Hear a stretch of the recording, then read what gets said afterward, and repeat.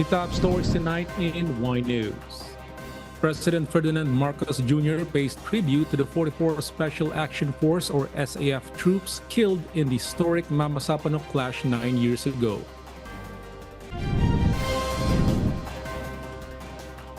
Former House Speaker and Davao del Norte 1st District Representative Pantaleon Alvarez gathers evidence on the alleged signature buying for People's Initiative campaign. The Department of Transportation declares that another extension of franchise consolidation will be final in preparation for the full implementation of the Public Utility Vehicle Modernization Program.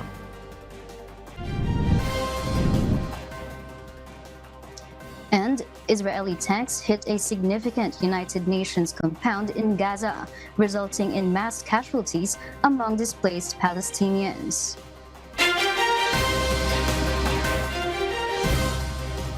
Good evening, Philippines and the world. Today is Thursday, January 25, 2024. Join us in the next hour as we deliver today's top stories around the Philippines and in other parts of the world. I am Joselito Liquido. We are also seen in 1,935 satellite monitoring centers nationwide and via live streaming worldwide through the UNTV News and Rescue social media channels. I am Mavian Dog. First in the news, President Ferdinand Marcos Jr. on Thursday paid tribute to the 44th Special Action Force or SAF troops killed in the historic Mama-Sapano clash 9 years ago. On the day of the national remembrance of the heroic sacrifice of the SAF 44, President Marcos highlighted the lessons that can be learned from the fallen troops.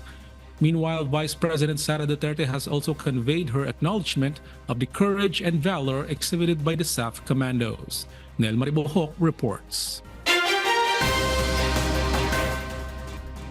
President Ferdinand Marcos Jr. said the nation can honor and draw inspiration from the heroism of the 44th Special Action Force or SAF policemen who were killed in a firefight in Mama-Sapano, Maguindanao 9 years ago. According to the president, their sacrifices would be devalued if the country cedes its territory. We would also be disrespecting their memory if we give quarter to those who terrorize our people. We would be devaluing their valor if we cede our territory to those who would trespass upon it. He also urged Filipinos to honor the 44th Special Action Force commandos by helping create a kinder and gentler society. So how do we pay homage to these brave men, whose gallantry no memorial can fully capture, whose courage no words can fully extol? It is by working tirelessly to realize their dreams for their families, for their children, for their comrades, for the people. It is now up to us who live, who benefited from their full measure of devotion to duty, to build a kinder and gentler society, wherein those they have left behind can live in peace and prosperity. The president also expressed sympathies to the loved ones of the slain 44 police commandos, hoping that they can find comfort knowing that a grateful nation, still nursing a big hole in their hearts, feels deeply as much. President Marcos said it is the obligation of the state to help realize the SAF 44's dreams for their families, for their children, for their comrades, and for the Filipino people as a way of giving meaning to their valor. Meanwhile, Vice President Sara Duterte has expressed her tribute to the heroism and sacrifice of the 44 brave members of the PNP Special Action Force. In a statement, the Vice President acknowledged the courage and valor displayed by the said individuals and paid homage to the dedication and legacy they left behind, emphasizing that their example should serve as inspiration for all Filipinos. According to VP Duterte, the heroism demonstrated by the SAF commandos serves as a beacon, encouraging the nation to further advance the cause of peace. In light of the solemn occasion, PNP Chief Police General Benjamin Acorda Jr. has offered counsel to police officers, urging them to deeply appreciate the peace that the SAF 44 valiantly fought for in service to the nation. As one united Team PNP family, We must remain worthy of the great sacrifices of our fallen heroes, forever loyal to the country they love and serve and the freedom they fought and died for. Del Maribuhok, UNTV News and Rescue, we serve the people, we give glory to God.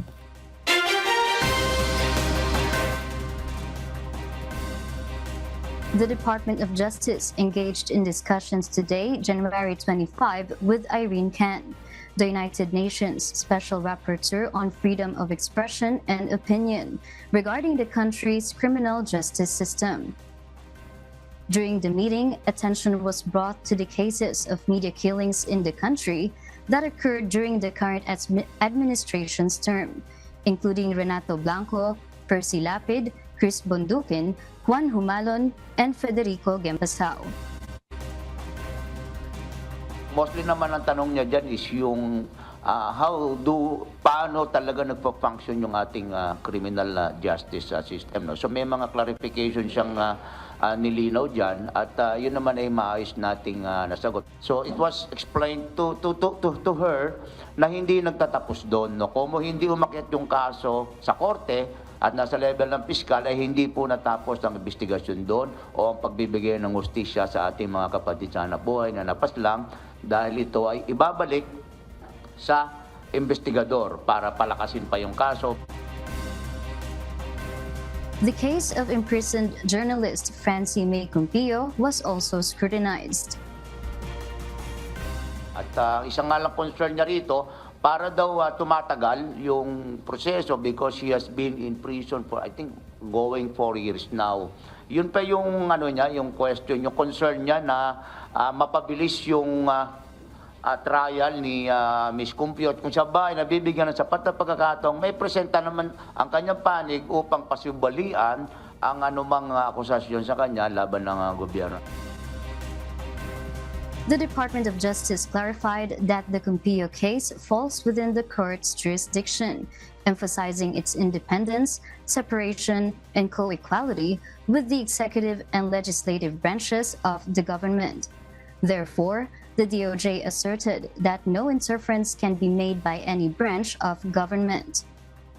According to the DOJ, the country exhibits a higher percentage of impunity concerning media killings, exceeding 50%, in contrast to the international community, where the rate is only 10%.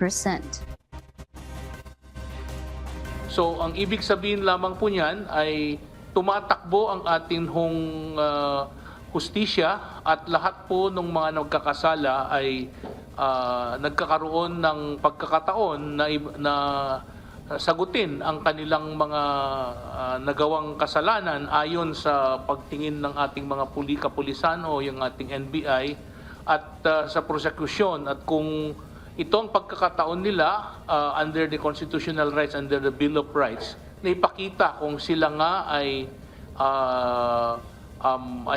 walang kasalanan ayon sa kanilang mga pahayag. The former House Speaker and Davao del Norte 1st District Representative Pantaleon Alvarez gathers evidence on the alleged signature buying for People's Initiative campaign. He also states that he plans to question the initiative before the Supreme Court. Meanwhile, the Commission on Election or COMELEC welcomes any petition that will be brought to the Supreme Court challenging their duty to receive signature pages for the initiative to amend the Constitution. Rosalie Cos will tell us why. Former House Speaker and Davao del Norte 1st District Representative Pantaleon Alvarez lauds the plan of some senators to question the People's Initiative or PI campaign before the Supreme Court. He also revealed that he is gathering evidence against the alleged signature buying for the initiative. Siyempre, ako naman bilang isang abogado, nangangalap din ng mga ebidensya habang ginagawa nila yung mga pagpapapirma ngayon, dinodocument ko rin. Para pagdating ng oras, kung kinakailangan ako mag-file ng petition din sa Supreme Court, questioning yung itong ginagawa nilang pagpapapirma sa taong bayan, gagawin ko. At meron ako mga attachments. Representative Alvarez himself was a proponent of charter change during the administration of former President Rodrigo Duterte, particularly the shift from unitary to a federal form of government, stands firm that the current campaign is not a people's initiative. Tambaluslos Initiative. Alam naman natin, isa lang ang tambaluslos sa buong Pilipinas, itong si Martin Romualdez. Kanyang initiative lang yan. Dahil alam nyo, ang pera na ginagamit dyan, AX, unlimited. Nanggagaling sa Tingog Party List. Siya ang may-ari niyan. Ang first nominee, yung kanyang may bahay. For Albay 1st District Representative Ed Silagman, the promoters of the People's Initiative to amend the Constitution for joint voting in the Constituent Assembly are brandishing mere scraps of signature sheets. The proponents such as People's Initiative petitioner Attorney Alfredo Garbin anticipate the legal challenges associated with this, and he says they are prepared to face it. Speaker Romualdez has stated that he does not pay attention to slander. He also seems unfazed by Senate opposition to the People's Initiative. He reiterates that Chacha is for the people. Kaya dito sa ating sinasabing charter change, itong charter, yung sinasabing saligang batas natin, ay para sa Pilipino. Hindi para sa kongresista, hindi para sa presidente, hindi para sa Senado. Sa iyo ito. Kung may bubukas natin ating ekonomiya para lumago ang ekonomiya, para gumanda, dumami ang trabaho, gumanda ang livelihood natin. Despite this, the House leader still hopes the two chambers will unite on Chacha. Meanwhile, the Commission on Elections or COMELEC extends a warm welcome to any petition that may find its way to the Supreme Court, challenging their responsibility in accepting signature pages for the People's Initiative to amend the Constitution. COMELEC spokesman Director John Rex Laujanco affirmed that they stand ready to comply with any directive that may come from the High Tribunal concerning this pressing issue. But then again po, kung kami po dadalhin sa Korte Suprema, sa kataas-taasang hukuman, sabi po ni Chairman Garcia, 2 araw ko na nadidinig, kahapon at kanina, wini-welcome po namin ito. At yung commitment naman po namin lagi, kung ano man ang maging utos ng Supreme Court, susunod po at susunod ang COMELEC. Rosa Licoz, UNTV News and Rescue. We serve the people, we give glory to God.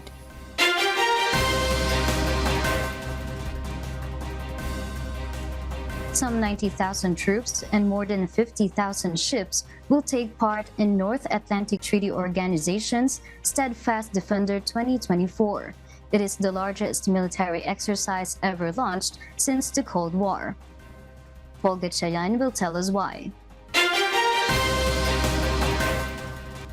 The United States Navy dock landing ship Gunston Hall has departed port on Wednesday, January 24, marking the commencement of the operation of the North Atlantic Treaty Organization, or NATO, Steadfast Defender 2024. Steadfast Defender will demonstrate NATO's power to deploy forces rapidly to bolster up the defense of Europe.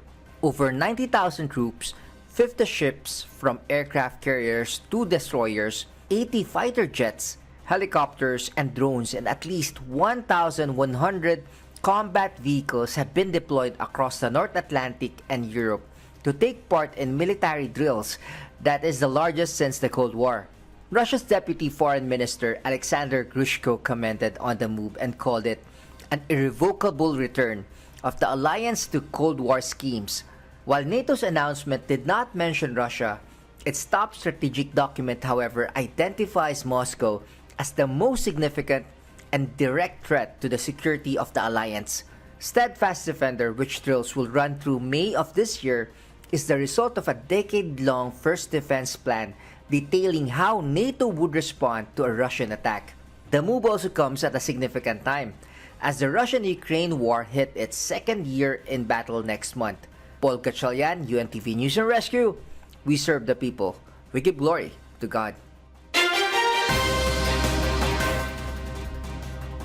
In a devastating incident on Wednesday, January 24, Israeli tanks targeted a significant United Nations compound in Gaza, resulting in mass casualties among displaced Palestinians. The strike centered on a vocational training center in Khan Yunis, southern Gaza's main city, has drawn condemnation from the United States.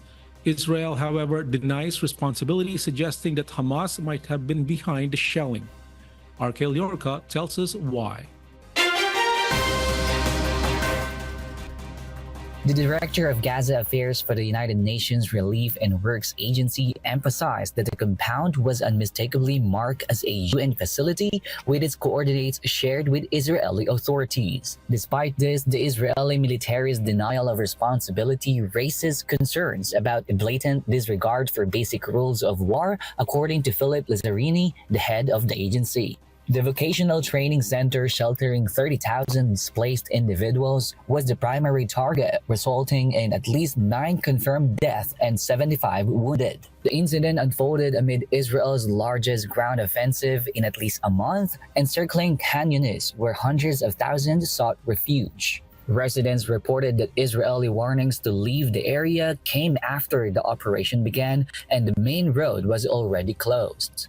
The majority of Gaza's population is confined to Khan Yunis and nearby towns, with Palestinian officials accusing Israel of besieging the city's main hospitals, hindering rescue efforts. Israeli authorities justified their actions, citing the presence of command and control centers, Hamas outposts, and Hamas security headquarters in the area, as the military objective is to dismantle Hamas military framework in western Khan Yunis, despite the dense civilian population.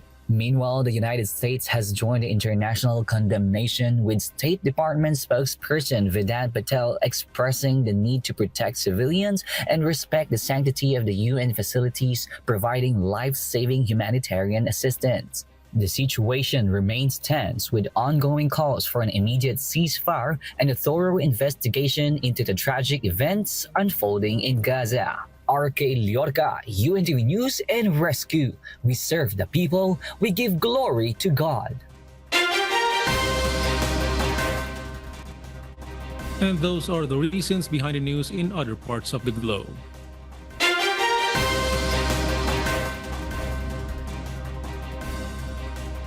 The Department of Transportation declared that current extension of franchise consolidation will be final in preparation for the full implementation of the Public Utility Vehicle Modernization Program. JP Nunes will tell us why.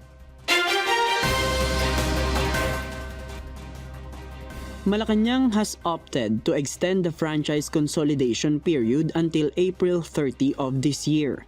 This decision, recommended by the Department of Transportation in alignment with a motion approved by the House of Representatives, aims to facilitate a smoother transition within the public transportation sector. The 3-month extension, according to the DOTR, provides an opportunity for unconsolidated public utility jeepneys to form cooperatives. This strategic move is designed to enable them to continue servicing their routes beyond the stipulated date of April 30. Yung tatlong buwan ay is I think enough time, no, para doon sa mga gustong mag-consolidate. So yun ang hinahabol namin, no, yung mga willing mag-consolidate. Magandang opportunity ito sa ating mga operators na hindi umabot sa deadline. Maraming mga lumapit sa amin after the deadline, at magandang opportunity dito para muli kaming mag-usap para magkaliwanagan, for them to have full knowledge of the program. And we are confident na maraming pupunta sa OTC, sa LTFRB, para sumama dito sa programa na alam natin makikinabang dito ang ating mga mananakay. Despite some resistance from certain transport groups, the DOTR has emphatically asserted that the April 30 deadline is non-negotiable. Looking ahead, the department anticipates a surge in the consolidation rate, projecting it to rise to 85% after the deadline. This positive trajectory follows data collected in December 2023, indicating a consolidation rate of almost 80%. Hindi na kami magre-recommend ng any extension. Kahit may kumausap sa sir. This is the eighth time that we are extending the deadline. JP Nunes, UNTV, News and Rescue. We serve the people, we give glory to God.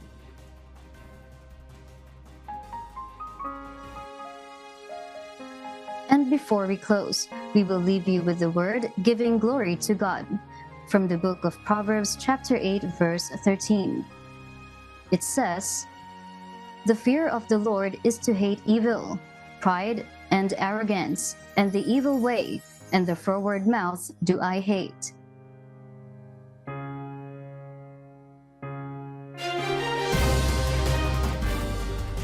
And those are the reasons behind the news, January 25, 2024.